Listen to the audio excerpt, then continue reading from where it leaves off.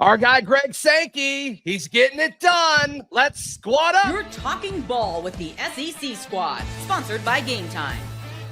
From Alabama to Tennessee, from Georgia to Oklahoma, from Auburn to Texas, it's the local experts of the Locked On Podcast Network bringing you scoops, breakdowns, and the most comprehensive preview of the upcoming SEC weekend. It's the SEC Squad, and we have a seat for you. Hurt feelings and thin skin are prohibited. Squad up, you're part of the SEC Squad. Yes, this is the SEC Squad. No Chris Gordy, though. I'm Zach Blackerby, host of Locked On Auburn, filling in for Gordy. Stephen Willis, Locked On Ole Miss. John Miller, Locked On Mizzou. Jimmy Stein, Locked On Bama. Chris Marler, host of Locked On Gamecocks. Corey Burton, host of Locked On Vandy. And Clint Shamblin, the host of Locked On Bulldogs. Gentlemen, we'll talk about a few hypotheticals as well as maybe guess where our fearless leader, Chris Gordy, is. Who knows? Who knows? Maybe he's hanging out with Greg Sankey. Maybe he's watching Joe Burrow highlights. I don't know. He's unicorn farming. Yeah, who knows? Who knows? But guys, Greg Sankey, I mean, just getting up at the podium and saying, like, yeah, I've got guys in the room asking me, like, why are we even in or a part of the NCAA? He's getting a lot of hate. I think he's asking the questions that a lot of us have been asking for years. You're absolutely correct. You're absolutely correct, Zach. I did a show today on this specific topic. You can catch that at Locked On Ole Miss. I'm not going to re-air all of those grievances, but it is absolutely correct that the way it is currently set up, the SEC is at its disadvantage. You are in a situation to where the ACC and the Big 12 have an unjust amount of power over the SEC and the Big 10 because they can yell louder. And Greg Sankey and the Big 10, they're kind of putting their truth on it, and they're finally putting their foot down because the last time they did something for the good of the game, we ended up with that 12-team playoff with Boise State and Arizona State with an automatic bye. For the good of the game. Yeah, he's about ready to be done with the NCAA. He's just looking for that one edge to say, you know what, I'm out. See ya. Yeah, it was stupid. When everybody saw this, talk about unintended consequences, how could people that made this not see it coming? All of us saw this coming. When all of these rules were in place and the change came, we knew the second that you have the seat of power and the things favor you, you get to be in control. And now Greg Sankey understands. I don't know why the NCAA is still even a thing. They are useless right now. They don't enforce any rules. When they do enforce rules, they go above and beyond what's even necessary. They are like that cousin that you have to invite to Thanksgiving dinner because your mom told you to, but nobody wants them at the dinner table. That's what the NCAA is like right now. Well, they're so afraid of a lawsuit. If they do any sort of, ruling for years, that people just took it. But now it's like, hey, looking at you, Diego Pavia, I'm just going to sue you. And they'll say, no, my bad. My bad. And it's just been this crazy precedent that's been set. Absolutely. Yeah, they're just they're terrified. And, Cam Newton told them to shove it, and you saw what happened with that too. And, just when you fight the NCAA, they back down. They're spineless. And I think we're very much on the verge of a Big Ten SEC power conference here. And I don't know.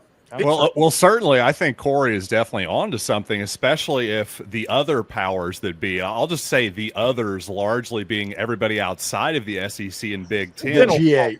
Because, there's a lot of rivalry among the fans of those two conferences, but right now, behind the scenes, they're on the same page, seemingly, with with this new playoff format. That's a scary thought if you're in the Big 12, if you're in the ACC, even if you're Notre Dame, honestly, because there's only so many spots that are going to be available if indeed it goes to a super league, whatever you want to call it. So you better just kind of sit back and be quiet if you want to be in this thing, in my opinion. Yeah, and Greg, when he came out and said what do you mean for the good? If we had done any playoff format, you choose the format. The SEC is still ruling everything. Like, why aren't you guys not understanding this? And we are the butter to the bread. Like, SEC and our teams here make college football go. So you make whatever rules you want. I am currently the most important commissioner of all commissioners, of all whatever you want to call these patriarchs of every conference that they have. He has the power seat. He's in the driver's seat, and he gets to start making things as he wants. And he could talk about not having unanimous, but at the end of the day, dollars and viewership wins, and the SEC has it all. Even Ohio State's best season, even the Big Ten best season, doesn't even compare to the SEC. I mean, is Greg Sankey the most influential person in college athletics right now? Jimmy, I know you'll say it's Nick Saban, but everybody else. March Vanner. Absolutely. Then Nick Saban. Nick Saban will be the vice president. He's up there. I was going to say Ryan Williams, actually. But did you know he's probably 18 now? Now that he's 18, Ryan Williams is in charge. Yeah. Chris Marlowe, what were you doing all day when all this was going down? Not watching Vanderpump Rules, for one. Two, I've been fighting with Big Ten fans online all day, which is like a pretty normal occurrence for me. And I think that the frustrating part of this for me is this. Sankey, this idea that the SEC gets what they want all the time. They get their way every single year. We're living in a year where we're less than 6 months removed from the SEC not getting their way. We watched an 11-1, an 11-2 SMU team with 0 wins over top 25 opponents and the number 75 ranked strength of schedule in the country get into the playoff over an SEC team. We watched Boise State with 1 win over a ranked opponent, which came in their very last game of the season, the conference championship, and the number 86 ranked strength of schedule get a 3 seed. And we're crying about the SEC somehow getting their way. Yeah. I think that's really well said, Marler. Yeah. I think that's really well said. So, I mean, what do you guys think a realistic timeline is for whatever the next step might be? I mean, I know we're in this talking stage, but I mean, it seems like there's going to be amendments to this 12-team playoff and all of that. But what's next, do you think? And we got to assume that Sankey and the SEC will lead it. Media days. Yeah. Something always breaks at media days. That's when we're going to find out that there's 4 automatic qualifiers for the SEC, the whole 9 yards, the whole format, everything about it. The SEC is going to get every single thing that they want this time because, like I said last time, whenever they tried to do for the good of the game, you end up with SMU in there and Arizona State and Boise State as a 3 and a 4 seed. Yeah, I agree. Yeah. I agree. I think ACC and Big 12 is going to go along with it at the end of the day because really they don't have any other choice, in my opinion. Yeah. Exactly. Yeah, what's their choice? They don't have one. Yeah, I think that's my favorite development on all of this, just because they're kind of quietly going along with it. But for years, guys, they're like, no, we're on the same level as you guys. We are. And now they're just taking it. And it's been kind of nice to see. It has been great to see. 100%. Now, the next question is this. Like, when they do get their way with the 4 automatic qualifiers, now that Sankey's let this kind of out that he's thinking about breaking away, does everything that goes against the SEC now resurface that conversation of, is it time now for the SEC to break away? Like, are we going to get in that pattern? It'll be delayed. It honestly will be delayed. I think it'll be a situation to where there's going to be the 4 automatic qualifiers. That's going to happen. You're going to have the Big Ten SEC Challenge. You're going to have the cross-divisional game where South Carolina and Clemson play every single year because non-conference games will not hurt you. Matter anymore. Yeah. And once that happens and it's the conference things, you're going to have a TV product of a lot of great games, a lot of great inventory, and a playoff that has Fox and ESPN at the table, and they're going to NFL-like this bad boy. I'm all for it. We're in a unique spot where the SEC doesn't need the ACC or the Big 12 or even the NCAA, but they all need the SEC. Right. The Big 12 and the ACC aren't going to make enough money unless they are tethered to the SEC in some way. Yeah. And the question right now is, how much of this leverage is Greg Sankey willing to use for the benefit of his league? Because he represents the SEC. He doesn't represent college football. I was just going to say, go ahead and just the second Greg says, all right, we'll let you play in our league or our conference, go ahead. You got to go ahead and cash up some equity up front, some purchase power up that is going to make boom for these contracts. Sorry, I'm going to sneeze really quick. I got a little pepper in my nose. Sorry. No, sneeze it out, man. My dog. It out. We'll wait. No, I'm sorry. I just didn't want to be seen. But yeah, it's thank you. I appreciate that. Handle that. Yeah, thank you. No, I think you're exactly right. The SEC has the steering wheel firmly in its grip. What's the next iteration? Rivalries are dead. I just say goodbye to those. Rivalries are dead, which is a shame. You're going to get them every once in a while to make viewership happen, but they're going to decrease entirely. Because like you've all said already, out of conference, don't lose. That's all you got to do. Just don't lose. Get through your conference. And if you get the automatic qualifiers, it doesn't matter. The SEC championship, I was talking about this. Alabama, I think, I promise you I'm not making this up. I think Alabama wins the SEC, but gets the SEC championship this year and doesn't need to win it and takes their foot off of the brake or takes their foot off the gas this year. The changes, I think, could come rapidly and quickly on this. That's what's going to wind up happening. If you get an automatic bid, automatic buy, it doesn't matter anymore what happens in the championship games. All it matters is 11 games or 10 games, or whatever the regular season winds up being, and people can go ahead and take a buy for 3-4 weeks at that point. Marler, go ahead. Marler, real quick. I saw you raise your hand. That was super, super polite of you to do. Go ahead, and then we'll move on to the next topic. Yeah, well, real quick, Clint, make sure we clip that soundbite, because if Georgia ends up beating Alabama, I want that to be saved so we can rub it in Clint's face as soon as that happens. He's to blame.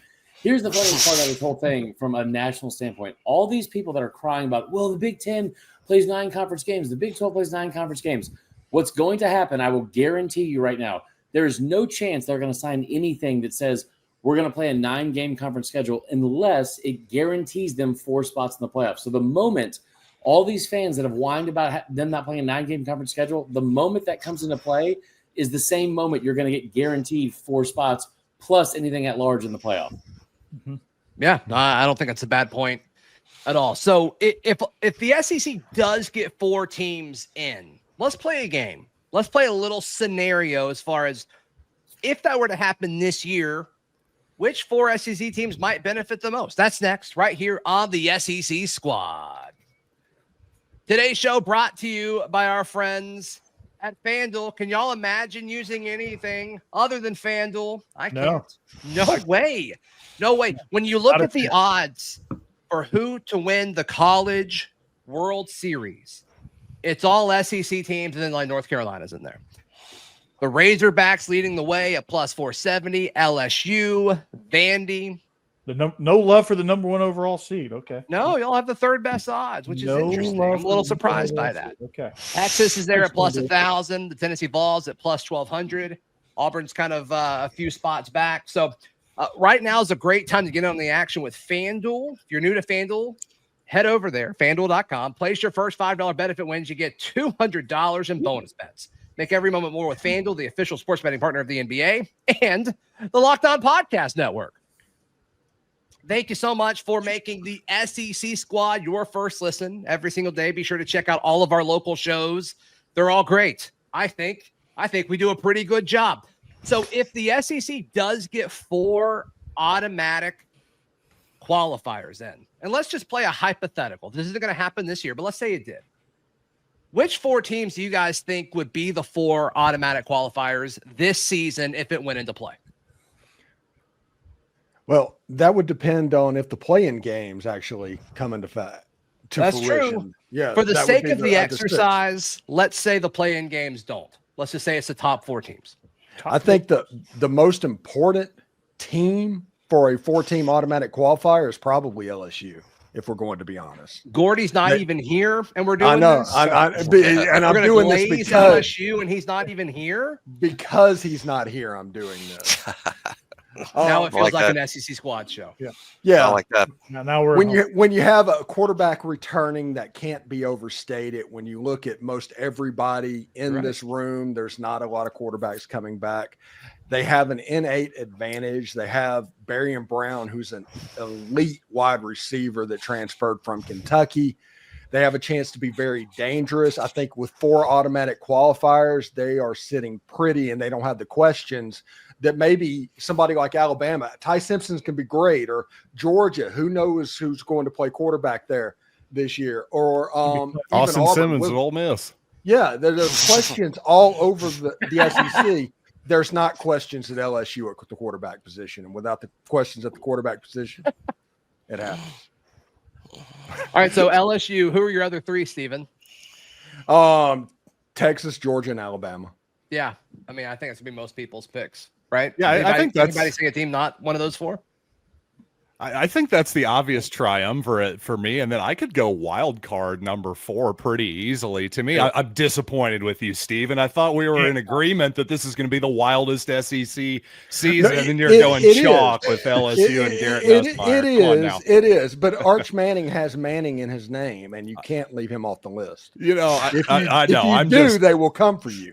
Not only is They Manning are. in his name, it is his name. I genuinely am busting your chops, but I think Nussmeier makes all the sense in the world, especially you look at the projections. I think Ole Miss might be right in there in that tier, but to me, throw in Tennessee, South Carolina, Texas A&M, and yes, even Missouri. I think any of those teams I could see sneaking in there. I really do.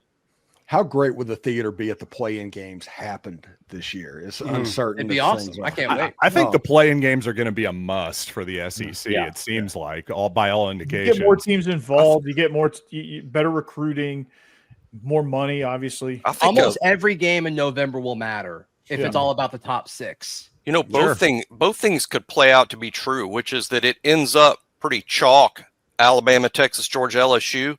But more wide open in the sense that it's those 4 teams, but with more losses than everyone anticipates. That maybe a couple of them even have 3 losses and get in under this crazy hypothetical. But I think it could be wide open, but end up chalky.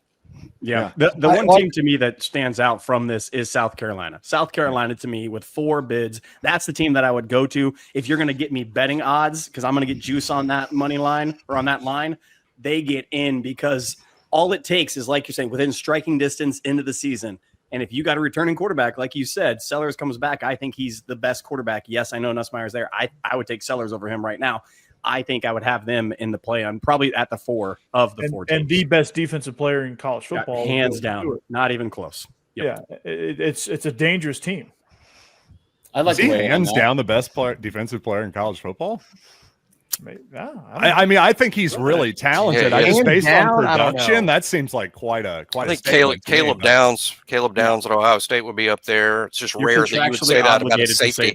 I am, because that hurt. Every time I talk about Ryan, I've got to talk the other side, which is Caleb Downs. But he is. It's rare to talk about a safety like that, though. That a safety might be the best defensive player. That hardly ever happens. But in his case, it could be true. I mean, true objectivity from Jimmy Stein right there. I mean, Stewart's what a ability great to move there. is uncanny, man. Like what he does to opposing quarterbacks is ridiculous. And I will say this too. Stewart is awesome. I love Stewart, but the one thing he's not going to have this year is Kyle Kennard on the other side of that, taking a lot of pressure off of any set of one-on-one matchups with the right tackle versus the left tackle.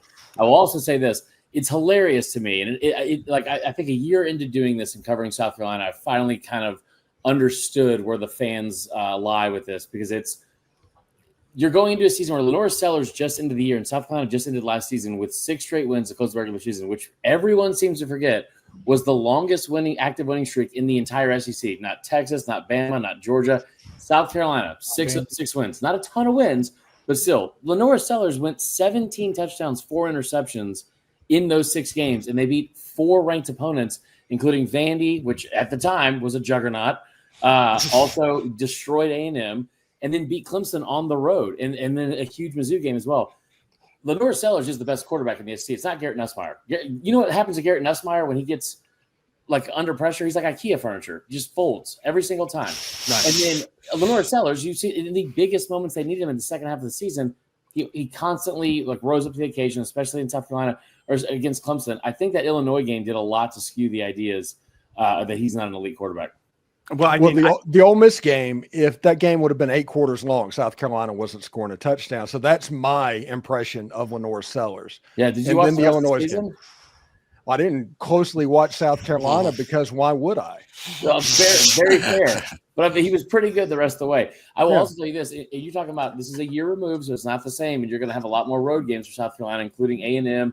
Got to go to LSU, and they've got a tough schedule, as always. Mm-hmm. But that's a team last year that if you're really looking at it, we talk about the what ifs all the time. Well, if Bama didn't lose to Oklahoma, or this didn't happen to LSU. South Carolina lost to Bama by 2 points and got screwed by the refs out of a win against LSU. You're talking about if you want to play the hypothetical game, they could have been 11-1 last year. I think it's funny. Lost to Ole Miss. we don't have Brandon Olson here to say this, but I just find it telling that national media has DJ Lagway and Florida as being a surprise team and one of the best quarterbacks in the entire nation. And a room full of SEC guys understand that they're not in the top 4. It's interesting to me. I've been saying that DJ Lagway, I don't think has a good season. I think he's very athletic. I think it's Anthony Richardson light all over the place. But it's just interesting because that'd be a name that I think other people might say. They might bring up. To me, though, it's not about Lagway. It's about what's around them, and it's about their ridiculous schedule. I mean, all these national folks are putting out their way too early top 25s, and Florida's consistently in top 15s. And I'm like, I don't hate that if you want to weight quarterbacks more than other teams, but to act like Florida is going to be able to go on a run this year with that schedule, I just don't see it. They could be the 15th best team and finish 7-5.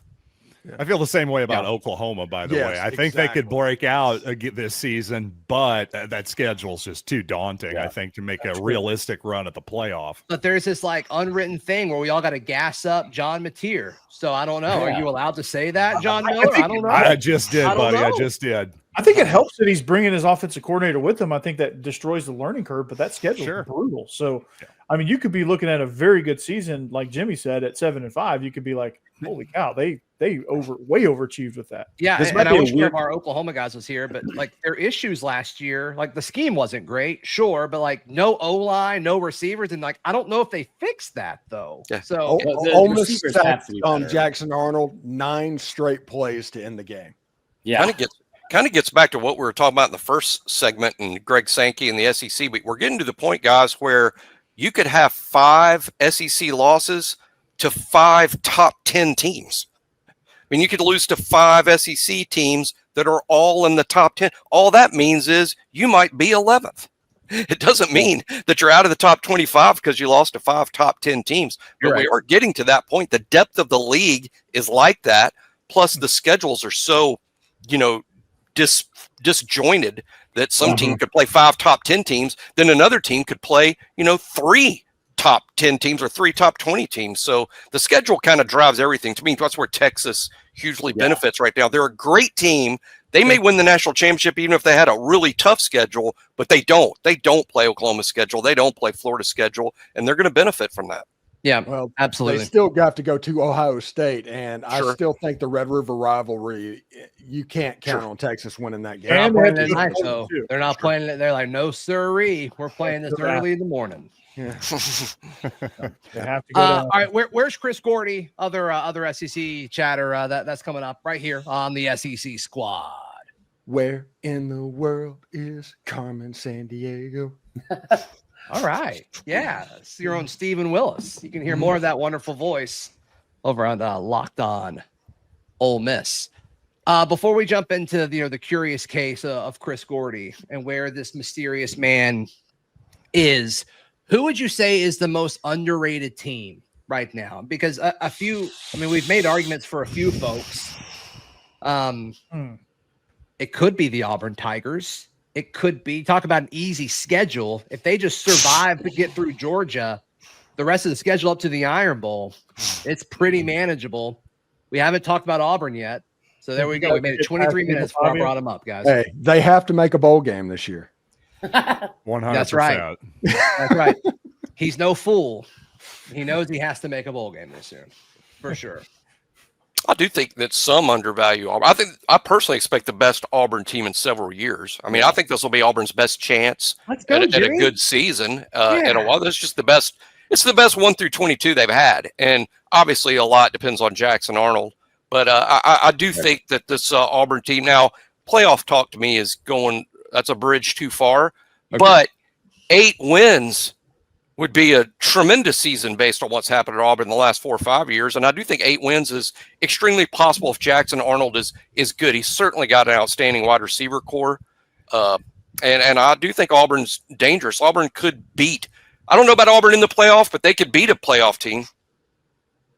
I will say this. Chances to beat a playoff team. I mean, obviously they play Georgia and Bama. I don't know. Those might be the only 2 chances they get. I don't think A&M or Oklahoma are playoff teams, but maybe Baylor. Who knows? I will say this. I think if Missouri figures out the quarterback position, they have a chance. But since I don't want to be accused of being a complete homer here, speaking of figuring out the quarterback position, why not Tennessee? Was Nico Iamaleava a top 5 SEC quarterback last year? I don't really think he was. I don't think he was terrible or anything. I think he was more average than he was, a lot closer to average than he was great last season. So to me, Josh Heupel, that system, plug another guy in there. There's another team that is being a little bit overlooked right now based on, I think, their actual odds. Who, by show of hands, just real quick, who wanted to see John Miller be a homer there? Because I did. Okay. I'm good with it. Well, would you like me to? I'll do it for you right now. Yes, you have the floor. Here's the thing. Eli Drinkwitz said, and he for all of his bluster and trolling, he loves trolling an opposing coach. Usually he's pretty honest with you about his roster. He loves this roster. Take that with a grain of salt if you want. But I'm telling you, you even look at the projections, Missouri, easily a top 25 team right now. They're being overlooked too. Most of the league will be shocked at Missouri's record over the last 3 years. It would surprise everybody but Missouri fans. Their record over 3 seasons matches up pretty well, and it's kind of even hard to call them an underdog at this point. They're like 21-5 in the last 2 years. And also, I will say this.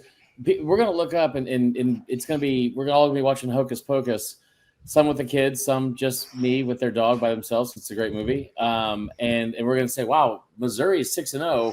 What's going on? Because they don't leave home early on. I'm very excited about that game against Kansas. I think they're going to be great against them. And I don't think they're going to have a ton of huge challenges on that schedule again, because it's the same schedule as last year. Like, they avoid a lot of big names on that schedule. So I wouldn't be surprised about that. I will tell you, I think the big surprise is probably going to be Auburn. And I hate to say it because Zach's here, and I don't like giving him compliments, especially huge threes. But that schedule is very manageable. You do get Bama at home.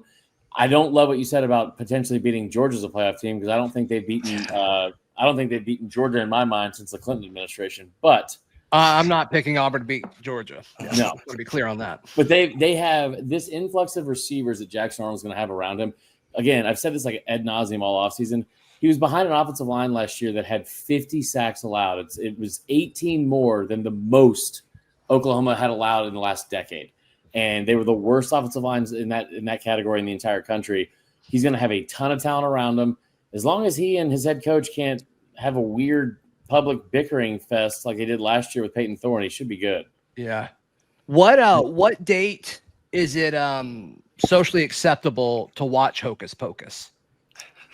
May 28th. Oh my God. Never. All the way through. Never. Halloween. I'd say at least August. At least October, right? October. That's an off season. It's not that good of a movie.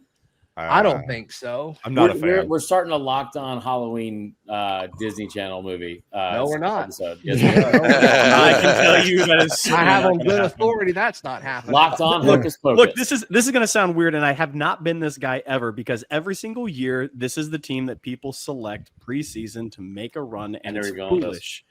And I'm going to tell you right now, it actually makes this the most sense to me this year, and Texas A&M is being dogged on, and here is why. They have an influx of talent. They have a coach that I actually view as very respectable. He has proven it before. He's been there. How much noise have you heard since Elko got there? Really, that was before. You haven't heard the same cultural noise as before. And I think that's a good thing. Everything's been kept in-house. I think he's a really smart, really good recruiter. I think there hasn't been this mass exodus. There's still been exodus, but not mass as it's been before.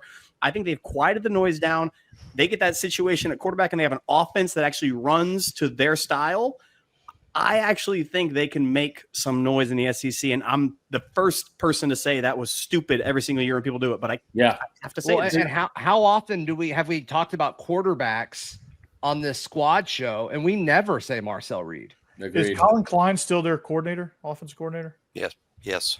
Okay. I feel real good about year 2 of Marcel Reed developing in that offense. I do too. It's gonna take some time, some more time to kind of develop with his passing game, especially. But I think Colin Klein I think he's proving himself to be a quite the coordinator. I think we're going to see all of that come to fruition this year. But A team, obviously, I've got to throw this out there since I'm on the show. As you can tell from the logo behind me, of course, right? I'm going to be a homer. You got it.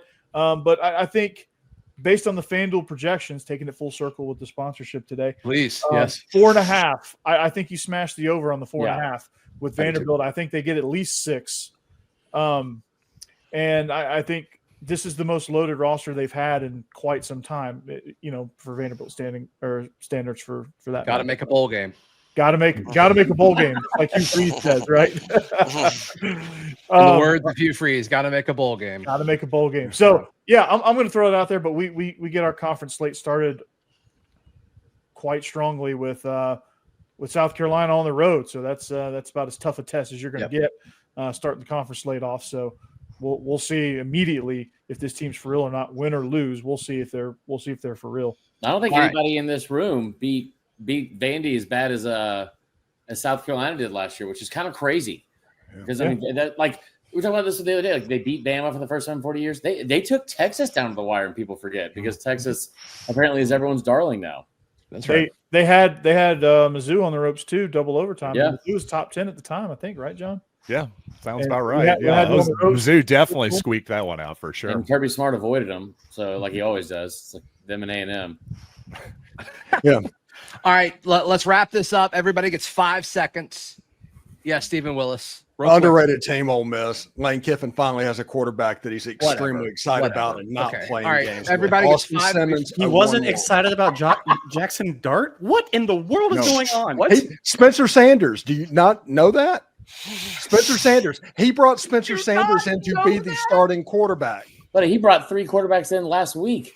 I was just going to say the transfer portal is full of quarterbacks coming in Ole Miss. He's not excited about anybody right now, then. No, Austin Simmons is a future 1-1 quarterback. Wow. Oh, my God. Oh. Wow. Whoa. Somebody tape that. Is the future this season or is it in 2026? Tape that. That's a big deal. He's got 2 years. That's a big deal. He is going to be elite. Bookmarked. Everybody in Oxford is raving about that kid. Well, if I know anything, fans of home teams know their quarterbacks really well. That's what I know very well. Peyton Thorne made it to the NFL. Peyton Thorne. I was waiting. Front office? Was that to me, Clint? Yeah, that was to you. He's a regional scout, man. All right, everybody gets 5 seconds. Where is Chris Gordy? Stephen Willis, you go first. He is unicorn farming in South America. John Miller. Moonlighting as Aaron Burr in Hamilton. That's probably close. Sasquatch expedition. I think so. Chris Marler. In my basement. Okay. Corey Burton. Deep sea expedition in the Caribbean. Clint. Launch pad with Bezos going on the next mission to the moon. I think he's putting up posters of Joe Burrow and Les Miles and all other LSU folks all over his room. Thank you so much for making the SEC Squad your first listen. And of course, please check out all of our local shows. We have a Locked On show for every SEC team. So be sure to give your favorite team show some love. Until next time, this has been the SEC Squad. In the basement. Is there a GIMP mask involved? Oh my goodness.